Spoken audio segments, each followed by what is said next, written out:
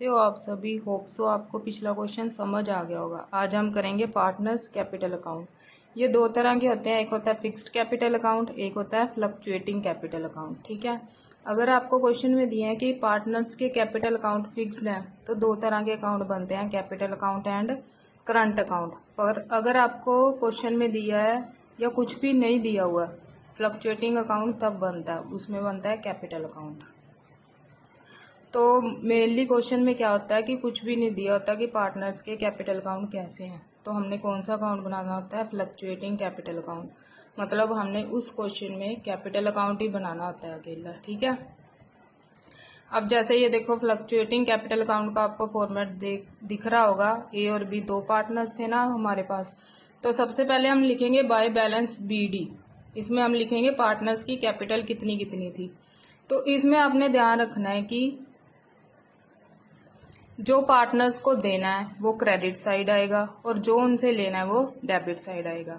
अब जब फॉर्म बंद होती है या हम इसको डिसोल्यूट करते हैं, आपको आगे जाके टर्म्स क्लियर होंगी, तो हमने पार्टनर्स को पैसा वापस देना होता है। ठीक है, तो जो उनके कैपिटल है तो कौन सी साइड आएगी, क्रेडिट साइड। तो उसको क्या लिखेंगे, by balance BD। Mainly capital का क्रेडिट बैलेंस ही होता है, पर कई केसेस होते हैं जहाँ पे कैपिटल का डेबिट बैलेंस दिया होता है। तो उस केसेस में आपने क्या करना है, जब कैपिटल का डेबिट बैलेंस दिया होगा तो आपने लिखना है टू बैलेंस BD। ज़्यादातर केसेस में बाय बैलेंस BD आता है। ठीक है, ये लिख लिया। एक बार ये छोड़ दो बाय बैंक अकाउंट। उसके बाद देखो बाय इंटरेस्ट ऑन कैपिटल। हमने P&L अप्रोप्रिएशन अकाउंट में इंटरेस्ट ऑन कैपिटल दिया था, A को दिया था, B को दिया था, वो यहाँ पे डाल देना है। जो A को दिया वो A के कॉलम में डालना है, जो B को दिया वो B के कॉलम में डाल देना। फिर आएगा बाय सैलरी, उन दोनों को जितनी जितनी सैलरी दे रहे थे वो डाल दिया।